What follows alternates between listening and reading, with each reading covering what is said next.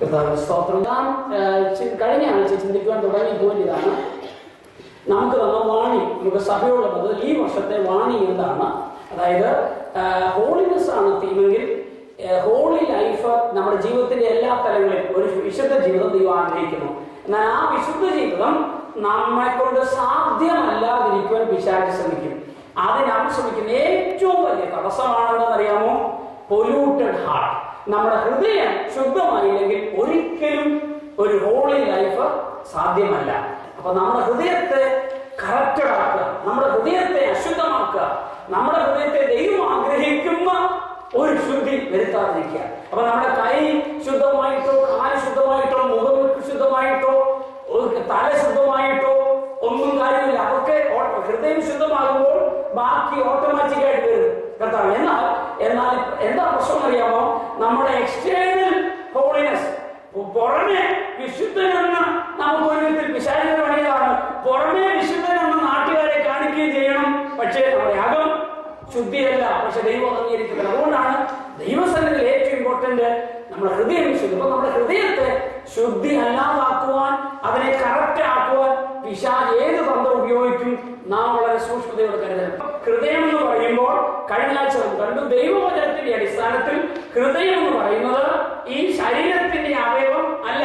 പിന്നെയോ എന്താണ് ഹൃദയം എന്ന് പറയുന്നത്? ദൈവവചനത്തിൽ ഹൃദയത്തിന്റെ അർത്ഥം അകത്തെ മനുഷ്യന്റെ കേന്ദ്രം, അകമേയുള്ള മനുഷ്യനെയാണ് ദൈവവചനത്തിൽ ഹൃദയം എന്ന് പറയുന്നത്. See, heart, according to Bible, heart is not the organ of our body. Rather, in biblical understanding, heart means it is the inner man, the seat of the inner man, the center of the inner man, center of the inner personality, or the seat of our passion, seat of our desires, seat of our thinking process. That is what is heart according to the Bible. Bible അനുസരിച്ച് ഹൃദയം എന്ന് പറയുന്നത് നമ്മുടെ ചിന്താധാരയുടെ ഉറവിടം, നമ്മൾ ചിന്തിക്കുന്ന ചിന്താധാരയുടെ ഉറവിടം, നമ്മുടെ അഭിലാഷങ്ങളുടെ ഉറവിടം, നമ്മുടെ ആഗ്രഹങ്ങളുടെ ഉറവിടം. അതാണ് ദൈവവചനത്തിൽ ഹൃദയം എന്ന് പറയുന്നത്. അതിനെ ശുദ്ധമാക്കാനാണ് പറയുന്നത്. അതുകൊണ്ടാണ് കഴിച്ച പറയുന്നത് ബൈബിൾ അനുസരിച്ച് ഹൃദയം ഈ നമ്മുടെ ശരീരത്തിന്റെ ഓർഗൻ ആണെങ്കിൽ അതിന് ബൈബിളൊന്നും വായിക്കേണ്ട ആവശ്യമില്ല. പിന്നെയോ നല്ലൊരു ഹോസ്പിറ്റലിൽ ചെന്നിട്ട് ഹാർട്ട് അത് ക്ലീൻ ചെയ്യാനുള്ളതേ ഉള്ളൂ, അതിനൊക്കെ കാശ് വേണം. എന്നാൽ പ്രിയ സഹോദരൻ, അങ്ങനെ ആയിരുന്നെങ്കിൽ ദൈവവചനം അനുസരിച്ച് ഹാർട്ട് ക്ലീൻ ആക്കുക എന്ന് പറയുന്നത്, ശുദ്ധമാക്കുക എന്ന് പറയുന്നത് മെഡിക്കലി ആണെങ്കിൽ, മെഡിക്കൽ ഒരു ക്ലീൻലിനെസ് ആയിരുന്നുവെങ്കിൽ ഇവിടെ ഇരിക്കുന്ന പലർക്കും സാധ്യമല്ലായിരുന്നു. എനിക്ക് സാധ്യമല്ലായിരുന്നു. കാരണം കർത്താവിന്റെ സ്തോത്രം, മെഡിക്കലി ഹാർട്ട് ഓർഗൻ ക്ലീൻ ചെയ്യണമെങ്കിൽ അത് ഇസ് എ കോസ്റ്റ്ലി ബിസിനസ്, അതിന് പണമുള്ള വിഷയമാണ്. കർത്താവിന്റെ സ്തോത്രം, ഇവിടെ ഇരിക്കുന്ന ഒരുപക്ഷെ ചിലർക്ക് മാത്രമേ സാധ്യമാകുകയുള്ളായിരുന്നു. അതുകൊണ്ടാണ് കർത്താവ് പറഞ്ഞിരിക്കുന്നത് ഈ ഹൃദയം എന്ന് പറയുമ്പോൾ ശരീരത്തിന്റെ അവയവമായ ഹൃദയമല്ലോ, അകത്തെ മനുഷ്യന്റെ ഇരിപ്പിടം മാത്രവും ക്ലീൻ ആക്കുന്നതാണ് ദൈവത്തെ കുറിച്ച് ആഗ്രഹിക്കുന്നത്. അത് കഴിഞ്ഞിട്ട് നാം കണ്ടത് എന്തെന്നറിയാമോ? ഈ ഹൃദയത്തിൽ മിക്സഡ് ഫീലിംഗ്സ് ഉണ്ട്. ഈ ഹൃദയത്തിൽ നാം കണ്ടു ഇതിനകത്തിൽ ഈവിളുമുണ്ട്.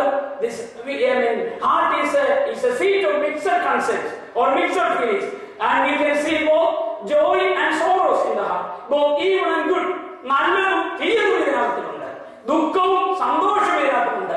അപ്പോൾ ഇതെല്ലാം കൂടെ നിറഞ്ഞ സമ്മിശ്രമായ ഒരു വിഷയങ്ങൾ നിറഞ്ഞ ഒരു സാധനമാണ് എന്താ ബൈബിൾ അനുസരിച്ച് ഹൃദയം എന്ന് പറയുന്നത്. കർത്താവ് ഇതെല്ലാം കൂടെ എല്ലാം ഇതിനകത്ത് നിറഞ്ഞിട്ടുണ്ട്. കർത്താവിന്റെ സ്തോത്രം.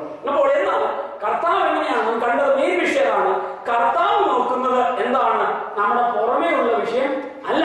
കർത്താവിന്റെ സ്തോത്രം, ഹല്ലേലൂയ. പിന്നെയോ കർത്താവ് നോക്കുന്നത് നമ്മുടെ ഹൃദയത്തെയാണ്.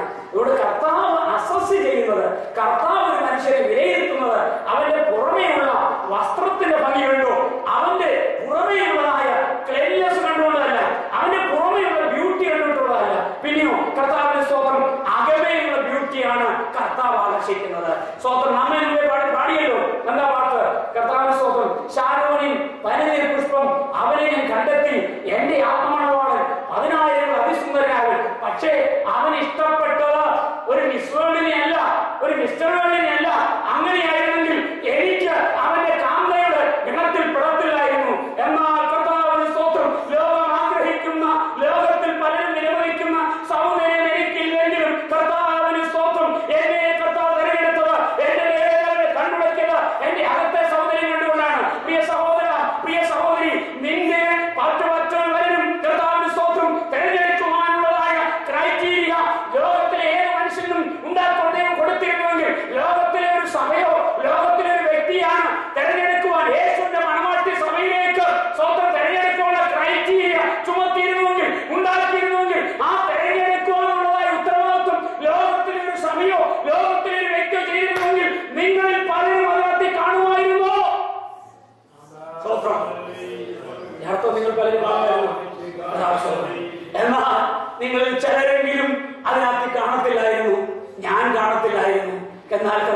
സ്തോത്രം. ദൈവം അകമയുള്ളത് നോക്കിയത് കൊണ്ടാണ് സഹോദരി നിനക്ക് ഇതിനകത്തിൽ ഭാഗ്യം ചെയ്യുന്നത്.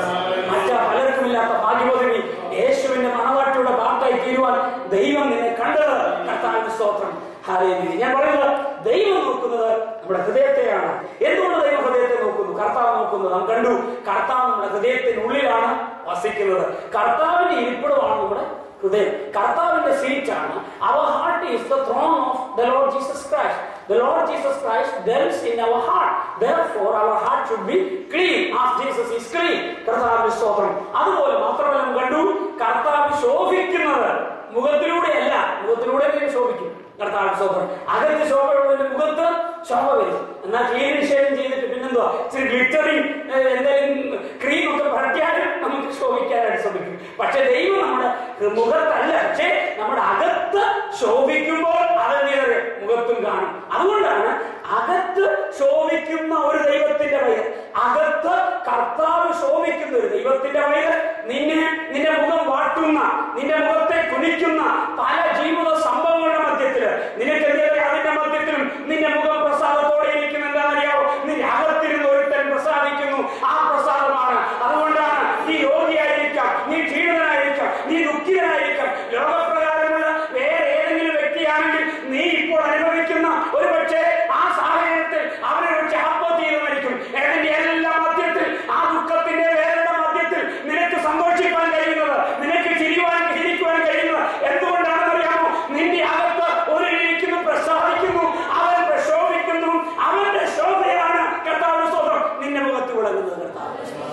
അതുകൊണ്ടാണ് ദൈവത്തിന്റെ വഴിയിൽ കർത്താവ് അകത്തിരിക്കുന്നത് കൊണ്ട് അവന്റെ അകം ക്ലീനാക്കണം.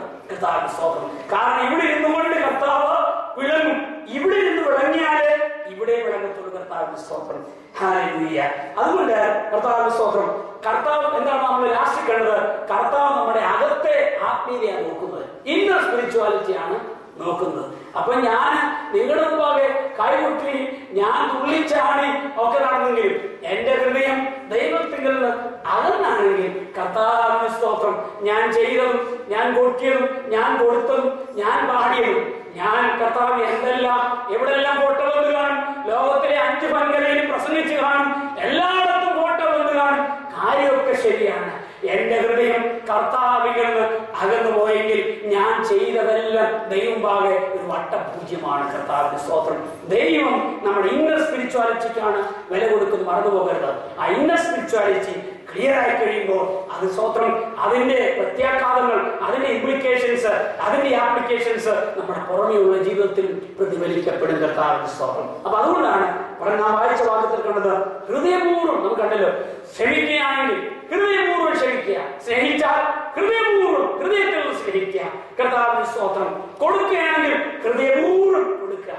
കർത്താവ് will be accepted by God. കർത്താവിന്റെ സ്തോത്രം. എന്തുകൊണ്ടാണ് നാം ചിന്തിക്കുന്നത്? എന്താണ് ഇതിന്റെ അർത്ഥം? Holiness of heart is the most crucial truth in biblical holiness. ശ്രദ്ധിക്കുക. അതായത് ദൈവവചനത്തിൽ വിശുദ്ധി എന്ന് പറയുമ്പോൾ ഏറ്റവും കാതലായ വിശുദ്ധി എന്നറിയാം, ഹൃദയത്തിന്റെ വിശുദ്ധിയാണ്. ഹൃദയത്തിന്റെ വിശുദ്ധിയാണ് ദൈവവചനത്തിലെ വിശുദ്ധിയുടെ ഏറ്റവും വലിയ ഉപദേശം. പക്ഷേ unfortunately I am sorry to say that, ഞാൻ സോറി എനിക്ക് പറയുന്നത്, ഈ അറിയാതെ നമുക്ക് പറ്റിയ പരാജയം അകത്ത് വിശുദ്ധിയില്ലാതെ പുറമേയുള്ള ആവശ്യമുള്ളതും ആവശ്യമില്ലാത്ത പലതും വിശുദ്ധിയുടെ മാനദണ്ഡമായിട്ട് നമ്മൾ വെച്ചു. കർത്താവിന്റെ സ്തോത്രം. അതുകൊണ്ട് എന്തറിയാമോ, ഇന്നത്തെ ആത്മീയബോധത്തിന്റെ പരാജയം അകത്ത് ഇത്രമാത്രം കറക്റ്റഡ് ആണെങ്കിൽ, അകത്ത് എത്രമാത്രം മോശമാണെങ്കിലും, അകം സ്തോത്രം എത്ര ചേറ്റുകുഴിയാണെങ്കിലും, അകം എത്ര ശവക്കുഴിയാണെങ്കിലും സാരമില്ല, പുറത്തൊരു വെള്ളപൂശി നടന്നാൽ മതി. അതാണ് ഇന്നത്തെ ആത്മീയതയുടെ ഏറ്റവും വലിയ പരാജയം. എന്നാൽ ഒരു കാര്യം പറയട്ടെ, ദൈവം വാഗ്ദാനം ചെയ്യുന്നത് ദൈവവചനത്തിന്റെ അടിസ്ഥാനത്തിൽ വിശുദ്ധി എന്ന് പറയുന്നത് കർത്താവിന്റെ സ്തോത്രം നിന്റെ പുറമേയുള്ള പലതിലുമല്ല. ഇനിയോ ദൈവം അംഗീകരിക്കുന്ന, ദൈവം വിലമതിക്കുന്ന, ദൈവം വിലമതിക്കുന്ന, ദൈവം പ്രൊജക്ട് ചെയ്യുന്ന, ദൈവം അംഗീകരിക്കുന്ന, ദൈവം അക്സെപ്റ്റ് ചെയ്യുന്ന വിശുദ്ധി എന്ന് പറയുന്നത് കർത്താവിന്റെ സ്തോത്രം ഹൃദയത്തിന്റെ വിശുദ്ധിയാണ്. 1 പത്രോസ് 1:22. എന്നാൽ സത്യമനുസരിക്കുക, നിങ്ങളുടെ ആത്മാക്കളെ നിർവാജ്യമായ സഹോദര പീഡിക്കായി നിർമ്മലീകരിച്ചിരിക്കൊണ്ട് ഹൃദയപൂർവ്വം അന്യോന്യം മുട്ടി സ്നേഹിപ്പേ.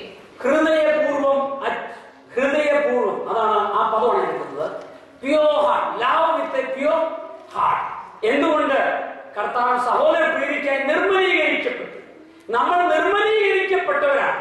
നമ്മെ കർത്താവ് ക്ലീൻ ചെയ്ത് കർത്താവിനെ മക്കളാക്കി തീർത്തത് എന്തിനറിയാം? നമ്മുടെ പ്യൂർ ഹാർട്ടിൽ നിന്ന് വേണം നമ്മുടെ എല്ലാ ആക്ഷനുകളും. ഒരു ശുദ്ധ ഹൃദയം കർത്താവ്. ഇതിന്റെ അർത്ഥം എന്താണെന്ന് അറിയാം? ഇത് ആക്ച്വൽ പദത്തിൽ ഇതിന്റെ ഒരു അർത്ഥം, ആക്ച്വൽ ലാംഗ്വേജിൽ ഇതിന്റെ ഒരു അർത്ഥം ഇതാണ്: A heart without ulterior motifs. That is one of the original meanings. ഇതിന്റെ യഥാർത്ഥ അർത്ഥം എന്ന് പറയുന്നത് എന്താണ് ശുദ്ധ ഹൃദയം എന്ന് പറഞ്ഞു കഴിഞ്ഞാൽ കപടമായ ആന്തര ഉദ്ദേശങ്ങൾ ഇല്ലാത്തൊരു ഹൃദയം. കപടമായ തെറ്റായ ആന്തര ഉദ്ദേശങ്ങൾ ഇല്ലാത്തൊരു ഹൃദയം എന്ന് പറഞ്ഞു കഴിഞ്ഞാൽ സ്വത്രം. അപ്പോൾ ബെസ്റ്റ് എക്സാമ്പിൾ യൂദ കർത്താവിനെ ചുംബിക്കുന്നു. പക്ഷേ ചുംബിക്കുന്ന ആ ചുംബനത്തിന് പിന്നിൽ ഒരു ആന്തര ഉദ്ദേശമുണ്ട്. കർത്താവിന് സ്വതന്ത്രം. അപ്പൊ അതാണ് എന്താ പറയുക? impure heart, polluted heart. കർത്താവിന് അപ്പോ കർത്താവിനെ എന്ന് പറയുന്നു ഒരു അൾട്ടീരിയർ മോട്ടീവ്സ് ഇല്ലാത്ത കാപട്യം നിറഞ്ഞ ആന്തരോദ്ദേശം ഉണ്ടാകരുത്. അങ്ങനത്തെ ഒരു ഹൃദയം. അപ്പൊ നമ്മൾ എന്ത് ചെയ്താലും എന്ത് പ്രവർത്തിച്ചാലും കർത്താവ് നമ്മിൽ ആഗ്രഹിക്കുന്നത്, കർത്താവിന് സ്തോത്രം, ശുദ്ധമായ ഉദ്ദേശം, കാപട്യമില്ലാത്ത ഉദ്ദേശം. അല്ലെങ്കിൽ സിമ്പിൾ ആയിട്ട് പറഞ്ഞാൽ, മലയാള ഭാഷ പറഞ്ഞാൽ, പുറത്ത് കാണുന്ന ആള് തന്നെ ആയിരിക്കണം അകത്തും. അകത്തെ മനുഷ്യനും പുറത്തെ മനുഷ്യനും ഒരേ കളറായിരിക്കണം. അകത്ത് ബ്ലാക്ക് ആൻഡ് വൈറ്റ്. മിക്ക കക്ഷികളുടെയും ബ്ലാക്ക് ആൻഡ് വൈറ്റ്. അകത്ത് ബ്ലാക്കും പുറത്ത് വൈറ്റുക. കർത്താവിന് സ്തോത്രം. ഇനി പുറത്ത് അകത്ത് വൈറ്റ് ഉള്ളവന് പുറത്ത് ബ്ലാക്ക് വരികയില്ല. അതാണ് എന്റെ ദിവസം. അകത്ത് വൈറ്റ് ഉണ്ടെങ്കിൽ പുറത്ത് ബ്ലാക്ക് ഉണ്ടാകത്തില്ല. അകത്തും കറുപ്പാണിപ്പോൾ വെള്ളയാണെങ്കിൽ പുറത്തും വെള്ളയായിരിക്കും. അതുകൊണ്ടാണ് ആ ദൈവത്തിന്റെ പൈതൽ ജീവിതത്തിന്റെ ഏത് സാഹചര്യങ്ങളിലും കർത്താവിനെയാണ് വെളിപ്പെടുത്തുന്നത്, കർത്താവിനെയാണ് പ്രതിഫലിപ്പിക്കുന്നത്. കർത്താവിന്റെ സ്തോത്രം. നമ്മുടെ ഹൃദയവും പാപവും തമ്മിൽ ഭയങ്കര കണക്റ്റഡ് ആണ്. ദൈവം പറയുന്നത് ശ്രദ്ധിക്കുക, പാപവും ഹൃദയവും തമ്മിൽ. See, our heart and sins are closely related according to the Bible. പെട്ടെന്ന് വായിക്കാൻ ചില വാക്യങ്ങൾ പെട്ടെന്ന് വായിക്കാൻ സഹായിക്കാണ്. 5:28 Mathew 5:28.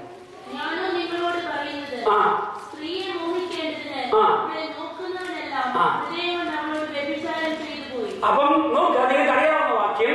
See, somebody in English, any child in English. Everyone who looks at a woman with lust for her has already committed adultery with her. Okay. See, ഒരു സ്ത്രീയെ മോഹിക്കുന്നതിന് വേണ്ടി നോക്കിയാൽ ഹൃദയം കൊണ്ട്. അപ്പോൾ എന്താണ് അതിന്റെ അർത്ഥം? What is the meaning? ഹൃദയമാണ് പാപത്തിന്റെ ഉറവിടം. അതാണ് അതിന്റെ അർത്ഥം. സ്വർഗീയ റെക്കോർഡിൽ ഇവിടെ ക്ലീൻ ചിറ്റ്. നമ്മൾ ഇത് വ്യഭിചാരത്തിന്റെ കേസിൽ നമ്മൾ ഉൾപ്പെടുത്തിയ ലോകത്തിലെ ഒരു ജഡ്ജിനും വിധിക്കാൻ പറ്റത്തില്ല അത് വ്യഭിചാരമാണ്. എല്ലാ ജഡ്ജസും ഇത് ക്ലീൻ ചിറ്റ്. ഞാൻ പറഞ്ഞ നിങ്ങൾ ആഴത്തി മനസ്സിലാക്കണം എന്താണ് കർത്താവിന്റെ സ്തോത്രം. അതുകൊണ്ടാണ് കർത്താവ് പറയുന്നത്, പഴയ നിയമം പറയുന്നു, സഹോദരനെ കൊന്നാൽ കൊലപാതകം, പക്ഷേ സഹോദരനെ പകച്ചാൽ ഹെയ്റ്റ് ചെയ്താൽ കർത്താവിന്റെ സ്തോത്രം.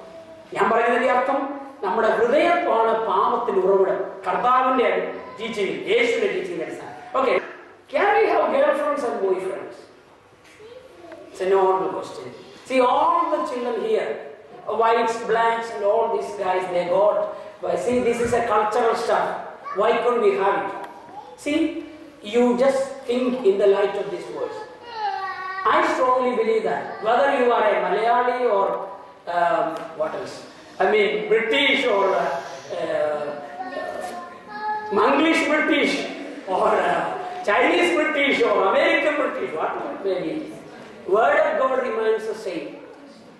Word of God doesn't have any alteration. If it is Jesus who said, don't think that since you are a Malayali that is sin. If it is a white, that is not sin. Appa, that is sin because you are in Kerala, but I am in UK. That is not sin. No. Bible is the same for your Appa, your Amma, and you. And I strongly believe that in the light of this verse, the practice of having girlfriends and boyfriends is, in the light of this word, wrong. Why? Two ways.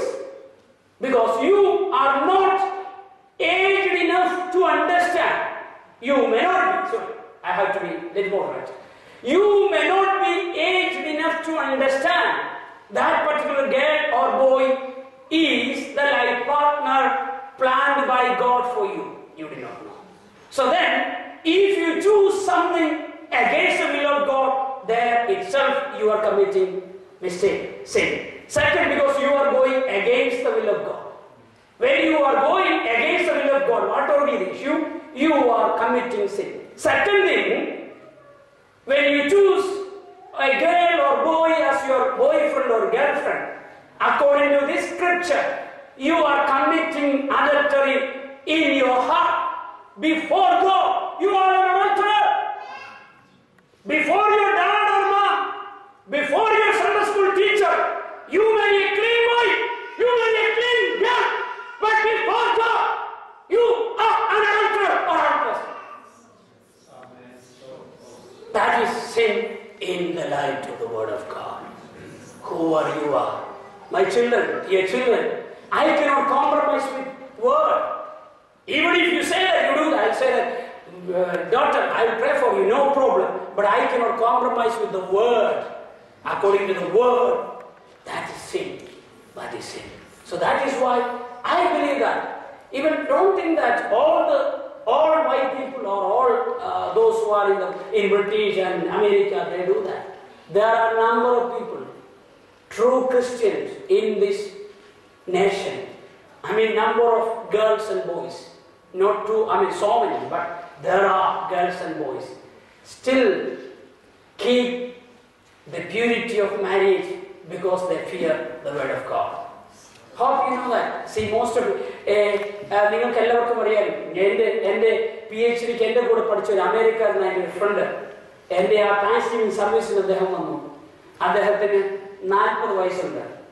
അദ്ദേഹത്തിന് marriage ഇതുവരെ കഴിഞ്ഞിട്ടില്ല. എന്താണെന്നറിയാമോ? അദ്ദേഹത്തെ American പെമ്പിളാർ നോക്കുമ്പോൾ എന്തുവാ, ഒരു American എങ്ങനെ dating ഒന്നും ഇല്ലാത്ത, ഗേൾ ഫ്രണ്ട് ഇല്ലാത്ത, അപ്പൊ ഇവരെന്തോ കുഴപ്പമാണ്. കർത്താവിന്റെ സ്തോത്രം. അവൻ തീരുമാനിച്ചു എൻ്റെ കൂടെ പഠിച്ചപ്പോൾ എത്രയോ പ്രാവശ്യം വീട്ടിൽ വന്നിട്ടുണ്ട്, വീട്ടിൽ കടന്നിട്ടുണ്ട്. ഞാൻ പറഞ്ഞു, Wesley, I took A decision whether I marry or not. I have decided not to compromise the word of God. അവൻ പുള്ളിയോട് പറഞ്ഞുണ്ട്, എൻ്റെ അമേരിക്കക്കാർ പിള്ളേർക്ക് പറഞ്ഞു, നീ ഒരു മണ്ടനല്ലേടാ, ആരെയും ഉണ്ടോ? ഞാനൊരു മണ്ടനായിക്കോളട്ടെ.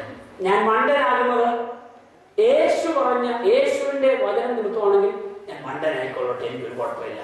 ഞാൻ മാറി ചെയ്തില്ലെങ്കിലും ആയുഷ്കാലം മുഴുവൻ മാറി ചെയ്താലും യേശു പറഞ്ഞൊരു വാക്ക് നിമിത്തമാണെങ്കിൽ ഐ വിൽ ബി ഹാപ്പി. കർത്താവിന്റെ സ്തോത്രം. എന്നെ കേൾക്കുന്ന പ്രിയ കുഞ്ഞുങ്ങളെ, കർത്താവിന്റെ സ്തോത്രം. നിങ്ങൾ ഇവിടുന്ന് എവിടെ പോകട്ടെ, ഇവിടെയാകട്ടെ, ഓസ്ട്രേലിയയാകട്ടെ, അമേരിക്കയിലാകട്ടെ, ന്യൂസിലാൻഡ്, തിരിച്ചിന് ഇന്ത്യ വരട്ടെ, എവിടെ വന്നാലും ശരി, കർത്താവിന്റെ സ്തോത്രം. ഹല്ലേലൂയ. ദൈവവചനത്തിന്റെ കർത്താവ് പറഞ്ഞ പ്രിൻസിപ്പിൾസിനെ കോംപ്രമൈസ് ചെയ്യരുത്. കർത്താവിന്റെ സ്തോത്രം. അതിനപ്പുറമായിട്ട് ബുദ്ധി കൊണ്ട് വളച്ചൊടിക്കാൻ ശ്രമിക്കരുത്. അതിനപ്പുറമായിട്ട് ആരും പറയട്ടെ കൾച്ചറൽ ഇന്റർപ്രിട്ടേഷൻ, ചിലർ പറയട്ടെ കൾച്ചറൽ ഇന്റർപ്രിട്ടേഷൻ അതുപോലെ. കർത്താവിന്റെ സ്തോത്രം. കൾച്ചറൽ ലെവലിലാണ്, പക്ഷേ ഈ കർത്താവ് പ്ലെയിൻ ആയിട്ട് പറഞ്ഞ ഇതിന് വേറെ ഇന്റർപ്രിട്ടേഷന്റെ ആവശ്യമില്ല. കർത്താവ് അതോടൊപ്പം ഒരു കാര്യം കൂടെ പറയട്ടെ, ഭാര്യ ഭർത്തൃ ബന്ധത്തിൽ അത് കുഞ്ഞുകളിയായിട്ട് എടുക്കരുത്. നമ്മുടെ ക്രിസ്തീയ, നമ്മുടെ ഫാമിലി ലൈഫ്. നിന്റെ ഭർത്താവിനേക്കാൾ അധികമായ സഹോദരി, നിന്റെ ഭാര്യയേക്കാൾ അധികമായ സഹോദര, തമാശ പോലൊരു സഹോദരിയോട് വെറുതെ പറയുന്നത് സൂക്ഷിച്ചേ പറയാം. കർത്താവിന്റെ സ്തോത്രം. പിശാച് എത്ര തന്ത്രശാലിയാണെന്ന് അറിയാമോ? ഇതുവരെ വീണില്ല, കർത്താവിന്റെ കൃപയല്ലേ. കർത്താവിന്റെ സ്തോത്രം. ഹല്ലേലൂയ. നിന്റെ ഭാര്യയേക്കാൾ അധികമായിട്ട് ഒരു ചിന്ത, അയ്യോ ആ സൗകര്യം ഇച്ചിരൂടെ സൗന്ദര്യതയായിരുന്നു, ആ സൗന്ദര്യമായിരുന്നു, ഇച്ചിരൂടെ ഇംഗ്ലീഷ് അറിയാം, ആ മനുഷ്യരായിരുന്നു ഇച്ചിരൂടെ. നെവർ. ദൈവം നിനക്ക് തന്നതിന് സംതൃപ്തിപ്പെടുക. ആ വിവാഹം കഴിക്കുന്നതിന് മുമ്പ് ചിന്തിക്കണമായിരുന്നു ദൈവം ആയിരുന്നു ഇല്ലയോ നോക്കുന്നത്. കർത്താവിന്റെ സ്തോത്രം. കമ്പയർ ചെയ്ത് കഴിഞ്ഞാൽ എന്താ അർത്ഥം? വേറെ വേണ്ടി കമ്പയർ ചെയ്തതിന്റെ അർത്ഥം എന്താ? You are committing adultery. കർത്താവിന്റെ വചനത്തിൽ സ്തോത്രം, സ്തോത്രം. നീ വേണമെന്ന് ഊഹിച്ചില്ലെങ്കിലും കർത്താവിന്റെ സ്തോത്രം, നീ എന്താ ചിന്തിക്കുന്നത്? സ്തോത്രം. അയ്യോ ആ ആയിരുന്നെങ്കിൽ എന്താണ് എന്റെ അർത്ഥം? ഹൃദയം കൊണ്ട് കമ്മിറ്റ് ചെയ്തു.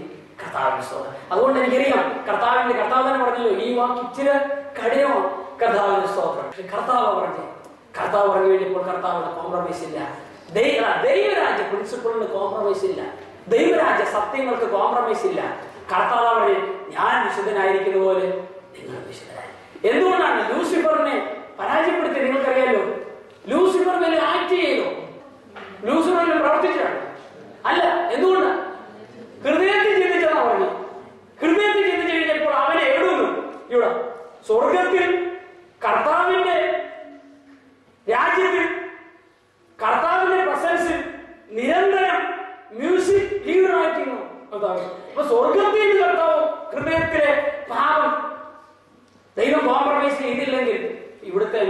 കർത്താവിന്റെ സ്വന്തം. നമ്മളാണ് ലൂസിഫറിനെ അറിയാത്തോണ്ടാണ്, ലൂസിഫറിന്റെ ഒറിജിനൽ പൊസിഷൻ അറിയാത്തോണ്ടാണ്.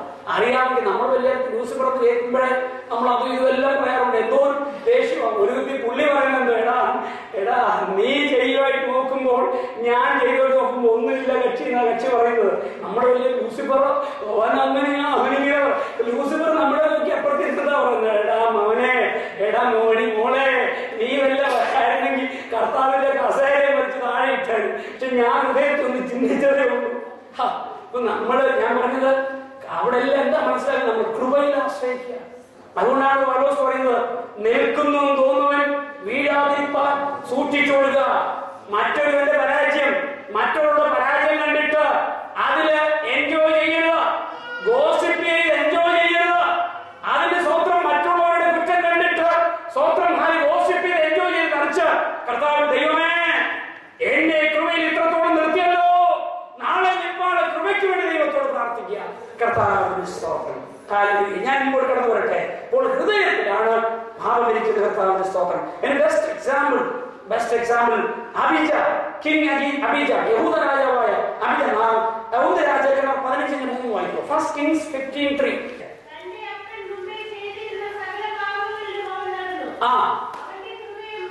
അവന്റെ അപ്പൻ ചെയ്ത പാപങ്ങളിൽ അവൻ നടന്നു. എന്തുകൊണ്ട്? കാരണം അവന്റെ ഹൃദയം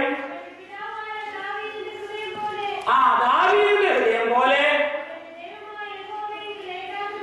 ദൈവമായ യഹോവയിൽ ഏകാഗ്രമായിരുന്നില്ല. അപ്പൊ ശ്രദ്ധിക്കുക, ഹൃദയം ദൈവത്തിൽ ഏകാഗ്രമായില്ല. അതുകൊണ്ട് എന്ത് സംഭവിച്ചെന്നറിയാവോ? അവൻ പാപം ചെയ്തു.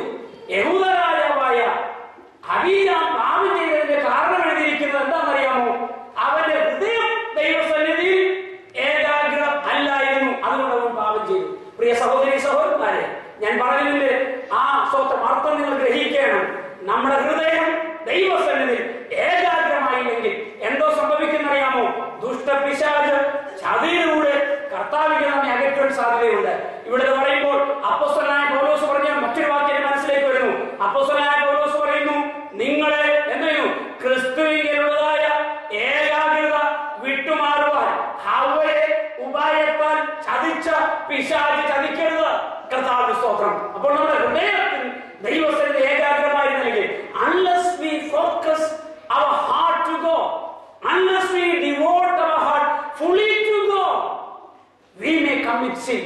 പാപം ചെയ്യുന്നത് നമ്മുടെ ഹൃദയം ദൈവസന്നിധിയിൽ ഫുള്ളി ഡിവോട്ട് അല്ലാത്തത് നമുക്ക് കർത്താവിന്റെ സ്തോത്രം.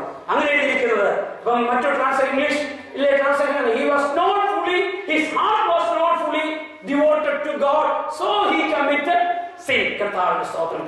അപ്പോൾ നമ്മുടെ ഹൃദയങ്ങളെ ദൈവസന്നിധിയിൽ ഏകാഗ്രമാക്കി കർത്താവിനോട് ചേർന്ന് വസിക്കാൻ ഹൃദയത്തെ ഭാഗത്തിൽ നകർന്ന് ജീവിക്കുവാൻ കർത്താവ്. നീ അടുത്തത് വളരെ ഇമ്പോർട്ടന്റ് ആയി, ഹൃദയവും വായും. അതിന്റെ കണക്ഷനാണ്.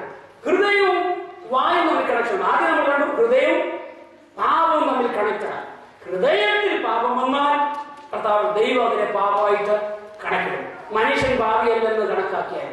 രണ്ട്, ഹൃദയവും വായും. മാത്യു ചാപ്റ്റർ 15 വേഴ്സ് 10 to 20 ആണ്. 10 മുതൽ 20 വരെയാണ്. കുറച്ച് വാക്യങ്ങൾ വായിക്കാവോ? പിന്നെ അവൻ പുരുഷാരത്തെ അരികെ വിളിച്ചു അവരോട് പറഞ്ഞത്, കേട്ട് ഗ്രഹിച്ചു പോകെ. മനുഷ്യനെ അശുദ്ധി വരുത്തുന്ന വായ്ക്കകത്ത് ചെല്ലുന്നതല്ല, വായിൽ നിന്ന് പുറപ്പെടുന്നതത്രേ. അത് മനുഷ്യനെ അശുദ്ധമാക്കുന്നു. അപ്പോൾ ശിഷ്യന്മാർ അടുക്ക വന്നു. മതി, കർത്താവ് സ്വന്തം. ബാക്കി വീട് വായിക്കാം. നിങ്ങൾക്ക് ഈ കോൺടാക്ട് എന്താണെന്ന് ചോദിച്ചു കഴിഞ്ഞാൽ, അന്നത്തെ പഴയ നിയമത്തിൽ ഒരു പ്രത്യേക നിയമം ഉണ്ടായിരുന്നു. നിങ്ങൾ ആഹാരം കഴിക്കണമെങ്കിൽ എന്ത് ചെയ്യണം? കൈ കഴുകിയിട്ട് കഴിക്കണം. കൈ കഴുകിയിട്ട് എന്ത് എന്നാൽ ആഹാരം കഴിക്കാൻ പറ്റുള്ളൂ. അപ്പോൾ ശ്രദ്ധിക്കുക, ഇവരെന്തോ നോക്കിയെന്നറിയാം, കർത്താവ് കൊടുത്ത നിയമോ, അതായത് മോശം കൊടുത്ത നിയമോ കൈ കഴുകിയിട്ട് ആഹാരം കഴിക്കാൻ പറ്റുള്ളൂ. പക്ഷേ ഇവര് എവിടെ നിന്ന് ആഹാരം കിട്ടിയ പാടെ വിശക്കുന്നതായിരിക്കും പാവങ്ങൾ വാരിയും കഴിച്ചു. അപ്പൊ ഇത് കണ്ടു കഴിഞ്ഞപ്പോൾ പരീക്ഷന്മാർ കുറച്ചെടുത്തെന്ന് പറയുകയാണ്, കർത്താവെ നോക്കി നിന്റെ ശിഷ്യന്മാർ കണ്ടോ? അവരെന്ത് ചെയ്യുന്നു? അവര് ആ കൈ കഴിയാതെ കഴിക്കുന്നു പറഞ്ഞു. അപ്പൊ ഇവര് ക്വസ്റ്റ്യൻ ചെയ്തപ്പോൾ അങ്ങനെയാണ് കർത്താവ് പറയുന്നത്, മനുഷ്യന്റെ അകത്തേക്ക് പോകുന്നതല്ല അവനെ അശുദ്ധമാക്കുന്നത്. ഞാൻ മനസ്സിലാക്കിയതായിട്ട് എന്താ കർത്താവ് പറയുന്നറിയാവോ? സഹോദരങ്ങളെ, ഈ പഴയ നിയമത്തിലെ പല നിയമങ്ങളും ഇത് സ്പിരിച്വാലിറ്റി ആയിട്ട് അങ്ങനെ കണക്ട് ചെയ്യാനല്ല ദൈവം ഉദ്ദേശിച്ചത്. ഇവരുടെ social, spiritual, physical, biological, medical ഇതെല്ലാം കൂടെ കൂട്ടിച്ചേർത്താണ് എന്ത് ചെയ്യുന്നത്? ദൈവ നിയമം കൊടുത്തത്. പക്ഷെ ഇവരെന്ത് ചെയ്തറിയാവോ? നമ്മുടെ ഭാഷയിൽ പറഞ്ഞ ഇച്ചിരി ചിലർക്ക് അതിവിശുദ്ധി കാണിച്ചു, അല്ലെങ്കിൽ ഈ സൂപ്പർ സ്പിരിച്വാലിറ്റി കാണിച്ചു കാണുന്നതെല്ലാം ഈ ആത്മീയമായിട്ട് കൂട്ടിക്കലർത്താൻ പറയും. അപ്പൊ ഇവർ വിചാരിച്ചെന്നറിയാമോ? ഈ കൈ കഴുകാതെ ഭക്ഷിച്ചു കഴിഞ്ഞാൽ എന്തുവായിത്തീരും? ഇവൻ അശുദ്ധനാകും. പക്ഷെ എന്തിനാ കൈ കഴിച്ച് കഴിക്കണമെന്ന് പറയുന്നറിയാമോ? എന്തിനു പറയുന്ന നിയമമോ? അതൊരു ആത്മീയ അശുദ്ധിക്ക് വേണ്ടി പറയുന്ന നൽകനിയോ? അതൊരു ഹൈജീൻ നിയമമായിരുന്നു. ഇന്നത്തെ പോലെ നമുക്ക് ഈ ഉള്ള സൊസൈറ്റി അല്ലത്. അങ്ങനെ ആ സമൂഹത്തിന് ഒരു ഹൈജീൻ, ക്ലെൻലിനെസിന്റെ ഒരു നിയമം കർത്താവ് പറഞ്ഞു. പക്ഷെ ഇവരെന്തോ വിചാരിച്ചറിയാവോ?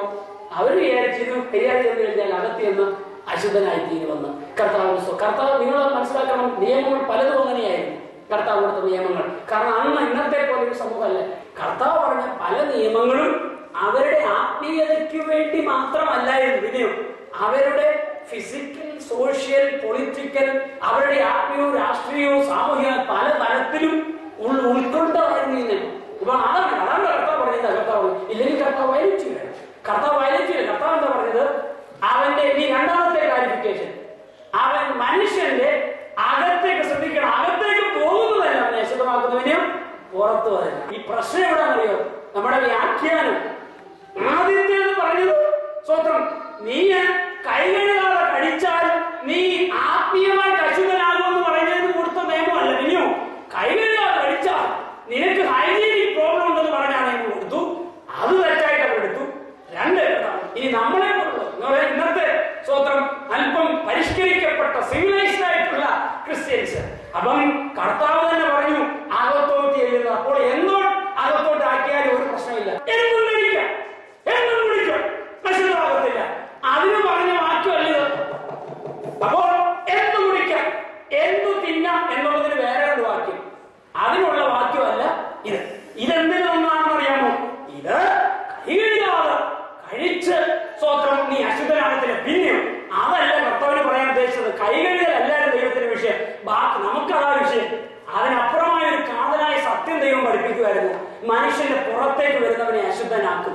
അതായിരുന്നു കർത്താവിനെ പഠിപ്പിക്കുവാനുള്ളത്. കർത്താവിന്റെ സ്തോത്രം. ഇനി അതില് രണ്ട് വാക്യം വിട്ടിട്ട്, ഇപ്പൊ വായിച്ച രണ്ട് വാക്യം വിട്ടിട്ട് ആർക്കെങ്കിലും വായിക്കാം. വായിക്കകത്ത് കിടക്കുന്നതെല്ലാം വയറ്റിൽ ചെന്നിട്ട് മറപ്പുരയിൽ പോകുന്നു എന്ന് ഗ്രഹിക്കുന്നില്ലയോ? അടുത്ത വാക്യം. വായിൽ നിന്ന് പുറപ്പെടുന്നതോ ഹൃദയത്തിൽ നിന്ന് വരുന്നു. വായിൽ നിന്ന് പുറപ്പെടുന്നതോ എവിടെ നിന്ന് വരുന്നു? ഹൃദയത്തിൽ നിന്ന് വരുന്നു. ഇവിടാണ് മാനുഷിക നാടൻ നിയമവും മനുഷ്യന്റെ നിയമവും യേശുവിന്റെ നിയമവും തമ്മിൽ കോൺട്രഡിക്റ്റ് ആകുന്നത്. മനുഷ്യന്റെ വായിൽ നിന്ന് വരുന്നത് എവിടെ നിന്ന് വരുന്നു? ഹൃദയത്തിൽ നിന്ന് വരുന്നു. വായിച്ചു. അത് മനുഷ്യനെ അശുദ്ധമാക്കുന്നു. അത് മനുഷ്യനെ അശുദ്ധനാക്കുന്നു. ഏത് മനുഷ്യനെ അശുദ്ധമാക്കുന്നു? വായിൽ നിന്ന് വരുന്നത് മനുഷ്യനെ അശുദ്ധമാക്കുന്നു. കർത്താവിന്റെ സ്തോത്രം. അതെവിടെ നിന്ന് വരുന്നു? നീ അറിയുന്നില്ല, പക്ഷെ നിന്റെ ഹൃദയത്തിൽ നിന്നാണ് വരുന്നത്. അപ്പൊ ശ്രദ്ധിക്കാം, ഹൃദയവും വായും അശുദ്ധിയും കണക്റ്റഡ് ആണ്. ഹൃദയത്തിൽ നിന്ന് വായിൽ നിന്ന് അതെങ്ങനെ നീ അശുദ്ധമാക്കും? നീ മനുഷ്യനെ അശുദ്ധമാക്കും. 70 anybody? But those things which proceed out of the mouth from the heart, and they defile a man. They defile a man. Any other translation? പദം മാത്രം. But the things that come out of the mouth come from the heart, and these make a man unclean. Make man unclean. കർത്താവിന്റെ അടിസ്ഥാനത്തിൽ ഒരു മനുഷ്യന്റെ വായിൽ നിന്ന് വരണമെങ്കിൽ എന്തോ ചെയ്യണം? അവന്റെ ഹൃദയത്തിൽ നിന്നാണത് വരുന്നത്. ഹൃദയമാണ് അതിന്റെ തുടക്കം. ഹൃദയത്തിൽ നിന്ന് തുടങ്ങാതെ വായിൽ വരത്തില്ല. ഒരു വാക്യം കൂടെ വായിക്കാം. ലൂക്കോസ് 6:45.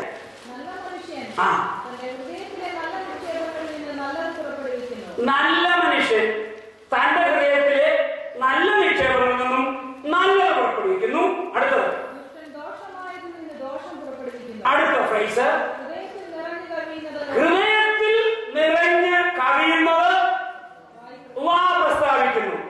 ശ്രദ്ധിക്കണേ, ഹൃദയത്തിൽ നിറയുന്നത് വാ പ്രസ്താവിക്കുന്നു. നമ്മളെ എന്തോ അയ്യോ ആ സഹോദരി വെറും പാവാണെന്നെ വാ പറയുന്നത് ചോദിച്ചുമ്പോ വിടുക എന്ന് പറയുന്നത് ഹൃദയ ശുദ്ധമാണ്.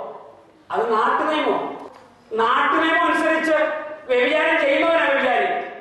നാട്ടുനിയമം അനുസരിച്ച് എന്നാൽ കർത്താവിന്റെ നിയമം ഹൃദയത്തിൽ മോഹിച്ചാൽ വ്യഭിചാരിയാണ്. കർത്താവിന്റെ നിയമം ഹൃദയത്തിൽ നിന്ന് മാത്രമേ വായി പറയാൻ പറ്റത്തുള്ളൂ എന്നാണ് കർത്താവ് പറഞ്ഞിരിക്കുന്നത്. അപ്പൊ അതിന്റെ അർത്ഥം ഹൃദയം അശുദ്ധമാണെങ്കിൽ വായിൽ നിന്ന് നല്ലത് വരത്തില്ല.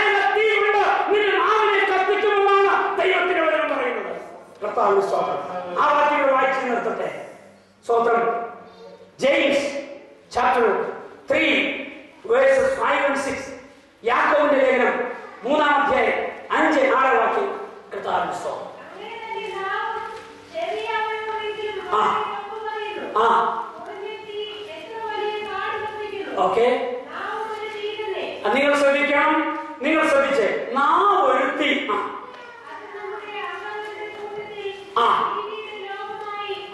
അടുത്ത പദങ്ങൾ നമ്മുടെ കൂടുതൽ ചെറിയ എണ്ണമാണ്. എന്നാൽ അടുത്തത് ദേഹത്തെ മുഴുവൻ മലിനമാക്കും. എന്ത്? നാവ് വിചാരിച്ചാൽ ദേഹത്തെ മുഴുവൻ മലിനമാക്കും. സഹോദര സഹോദരി, ഭാര്യമാരെ, നിന്റെ ഭർത്താവ് നിനക്ക് എത്ര ക്ലീൻ ചെയ്തു തന്നാലും, ഭർത്താക്കന്മാരെ, നിന്റെ ഭാര്യ നിനക്ക് എത്ര ക്ലീൻ ചെയ്തു തന്നാലും, സവിശ്വാസികളെ, പാസ്റ്ററെ, നിങ്ങളുടെ വിശ്വാസികൾ എത്ര ക്ലീൻ ചെയ്ത് നിനക്ക് തന്നാലും, കുഞ്ഞുങ്ങളെ, നിങ്ങളുടെ മാതാപിതാക്കന്മാർ എത്ര ക്ലീൻ ചെയ്ത് തന്നാലും, കർത്താവിന്റെ വചനത്തിൽ പറയുന്നു, യേശുവിന്റെ വാക്കുകൾ, യാക്കോബ് അപ്പോസ്തലന്റെ വാക്കുകൾ, ഹൃദയത്തിൽ നിന്ന് മാത്രമേ സ്വന്തം പുറത്തു വരും. ഹൃദയത്തിൽ നിന്നാണ് ഉറവിടം, അതാണ് പുറത്തു വരുന്നത്. നീ പുറത്തു വരുക പറഞ്ഞിട്ട് നീ ശുദ്ധനെന്ന് ആരെങ്കിലും പറഞ്ഞ ദൈവവചനത്തിന്റെ അടിസ്ഥാനത്തിൽ നിന്നെ കളിപ്പിക്കുകയാണ്. യേശുവിന്റെ മുമ്പിൽ ഞാൻ നീ നിൽക്കുകയാണെങ്കിൽ യേശു പറയും, നിന്റെ വായിൽ നിന്ന് ഹൃദയം നിറഞ്ഞു മാത്രമേ വരാൻ കഴിയത്തുള്ളൂ. നീ നിന്റെ വായിൽ ഇപ്പം പുറത്തു വിട്ടത് നിന്റെ ഹൃദയത്തിൽ നിന്നാണ് പുറത്തു വന്നത്. നിന്റെ ശരീരത്തെ അശുദ്ധമാക്കുന്നുവെന്ന് അടുത്ത ഭയത്തോടെ വായിക്കണം. ജീവചക്രത്തിന് തീ വെക്കുകയാണ്. അത് വായിക്കാൻ ശ്രദ്ധിക്കണം. ആരെങ്കിലും നരകത്താൽ അതിന് തീ പിടിക്കും. അതെന്തിനു തീ കൊടുക്കും? ജീവചക്രത്തിൽ. അത് ഞാൻ പറയാൻ, അത് ജീവചക്രത്തിന് തീ കൊടുക്കും. ഏത്? നാവ് ജീവചക്രം. നിന്റെ മാത്രമല്ല, പലരുടെയും ജീവചക്രത്തിൽ. പ്രിയ സഹോദര സഹോദരി, നാവ് നല്ലതാണ്. എന്നാ നിന്റെ നാവ് എന്റെ നാവ് വിചാരിച്ചാൽ പലരുടെയും ജീവചക്രത്തിന് പോലും തീ പിടിച്ചെന്നിരിക്കും. പക്ഷെ നീ അത് മനസ്സിലാക്കില്ലെങ്കിൽ, ഇന്ന് പലർക്കും ഈ സത്യം നീ ഗ്രഹിച്ചില്ലെങ്കിൽ, അവസാനം നിന്റെ നാവിനെ കത്തിക്കുന്നത് ലോകത്തിലെ ഒരു തീയുമല്ല, പിന്നെയോ നരകത്തിന്റെ തീ അതിനെ കത്തിക്കും. എങ്ങനെ? നാവിനെ കത്തിക്കും. നരകത്തി നാവിനെ കത്തിക്കുന്ന ഒരു ദിവസമുണ്ട്, മറന്നു പോകരുത്. ആകയാൽ എന്നെ കേൾക്കുന്ന ദൈവത്തിന്റെ വഴികളെ ചതിക്കപ്പെടരുത്. അതുകൊണ്ടാണ് ഞാൻ ആദ്യ ഭാഗം പറഞ്ഞു. ഇന്നല്ല സ്വന്തം പത്രോസ് പറയുന്നു, ആരും നിങ്ങളെ ചതിക്കരുത്, ആരും നിങ്ങളെ ചതിക്കരുത്. കർത്താവിന് സ്തോത്രം. ഹൃദയവും വായും വിശുദ്ധിയും കണക്റ്റഡാണ്. കർത്താവിന് സ്തോത്രം. നിത്യതയും അപ്പോസ്തലന്റെ ഭാഷ പറഞ്ഞ നിങ്ങൾ നാവ് സ്തോത്രം നരകവുമായി കണക്റ്റഡാണ്. യാക്കോബിന്റെ അടിസ്ഥാനത്തിൽ, യേശുവിന്റെ അടിസ്ഥാനത്തിൽ സ്വന്തം ഹൃദയവും വായുമായി കണക്റ്റഡാണ്. ഇത് രണ്ടും കൂടെ ഒന്ന് കൂട്ടിച്ചേർത്തെന്ന് പറഞ്ഞു വെച്ച്, ഹൃദയം, നാവ്, വിശുദ്ധി, അശുദ്ധി, നരകം. കർത്താവിന്റെ സ്തോത്രം. നിന്റെ ഹൃദയം, നിന്റെ നാവ്, നിന്റെ സ്വന്തം പിന്നെയോ അത് അശുദ്ധമാക്കി അവസാനം നരകത്തിൽ എത്തിക്കുവാൻ. സഹോദര, ഇത്ര വർഷം മുഴുവൻ, സഹോദരി, ഇത്ര വർഷം മുഴുവൻ കർത്താവിന്റെ സ്തോത്രം നിന്നെ സ്തോത്രം അറിയാതെയോ അറിഞ്ഞോ ആരെങ്കിലും കബളിപ്പിച്ചുവെങ്കിൽ, നിന്റെ വായിൽ വരുന്നത് സ്തോത്രം വിടുവായിത്തരോ മണ്ടത്തരോ സ്തോത്രം അരുതാത്തതൊക്കെ പറഞ്ഞിട്ട്, എന്നാലും നീ ശുദ്ധനാണ്, നീ കുഴപ്പമില്ലാത്തവനാണ്, കർത്താവിന്റെ ഹൃദയത്തെ കാണുമെന്ന് പറഞ്ഞ് നിന്നെ കളിപ്പിച്ചിട്ടുണ്ടെങ്കിൽ, സഹോദര, അത് കള്ളത്തരമാണ്, അത് നുണത്തരമാണ്. യേശുവിന്റെ വാക്കിന്റെ അനുസരിച്ച് ഹൃദയത്തിൽ നിന്ന് നിറഞ്ഞ വാ പ്രസ്താവിച്ച വിശുദ്ധനായി നിത്യതയിലേക്ക് കടക്കുക. ഇല്ലെങ്കിൽ ഹൃദയത്തിൽ അശുദ്ധി, നാവിൽ അശുദ്ധി, അശുദ്ധനായി നരകത്തിൽ. ഹല്ലേലൂയ. ഇന്ന് മഴക്കാലം വചനത്തിനുമ്പാകെ ഒരു നിമിഷം ഏൽപ്പിച്ചു കൊടുക്കുമോ? സഹോദര സഹോദരി, ഇത്ര നാൾ ഒരുപക്ഷെ പലരും നിന്നെ കബളിപ്പിച്ചു കാണും. നിന്നിൽ പലരും നേടുവാനായിരിക്കാം, നിന്നെ കൊണ്ട് പലർക്ക് ഉപയോഗം എന്നതാണ്. അത് നിമിത്തം പലർക്ക് രസിക്കാനായിരിക്കാം. നീ പറയുന്ന പലതും കേട്ട് രസിക്കാനും, ഒരുപക്ഷെ നേരം പോക്കിനും, ഒരുപക്ഷെ സമയം കൊല്ലുവാനും, പലതും നേടിയെടുക്കുവാൻ, കാര്യസാധ്യത്തിന് വേണ്ടി സ്തോത്രം സ്തോത്രം. നീ പറയുന്ന പല മണ്ടത്തരം കേട്ട് ചിരിച്ച് സ്തോത്രം അവിടെ ഉള്ളിൽ പറയുന്നുണ്ട്, നിന്നെ കളിയാക്കുന്നുണ്ട്, ഉള്ളിൽ നിന്നെ വിലയിരുത്തുന്നുണ്ട്. എന്നാൽ കർത്താവിന് സ്തോത്രം തുറന്നു പറയുവാൻ ഗച്ഛില്ലാതെ തുറന്നു പറഞ്ഞാൽ നീ ഒഫൻഡാകുമോ? കർത്താവിന് സ്തോത്രം. അത് മാത്രമല്ല, ഒരുപക്ഷെ അവരിൽ ലഭിക്കേണ്ട നന്മ, അനുഗ്രഹമോ, ഏതെങ്കിലും വിധത്തിൽ സഹായങ്ങളോ ലഭിക്കത്തില്ലെന്ന് വിചാരിച്ചായിരിക്കും നിന്നെ കണ്ടുപിടിച്ചിട്ടുണ്ടെങ്കിൽ, ഇന്ന് പലക്കാലം ദൈവത്തിന്റെ ആത്മാവിനോട് സ്നേഹിക്കുന്നതിന്, നിന്നോട് മനസ്സറിയുന്നതിന്, ഇന്ന് പലക്കാലം ദൈവത്തിന്റെ ആത്മാവ് നിന്നോട് കരുണയുള്ളവനാകെ ദൈവത്തിന്റെ ആത്മാവ് പറയുന്നു, പ്രിയ കുഞ്ഞ്, പ്രിയ സഹോദര, പ്രിയ സഹോദരി, hallelujah, dear children, the spirit of the Lord is asking, if the people have fooled you, saying that your heart and your mouth and eternity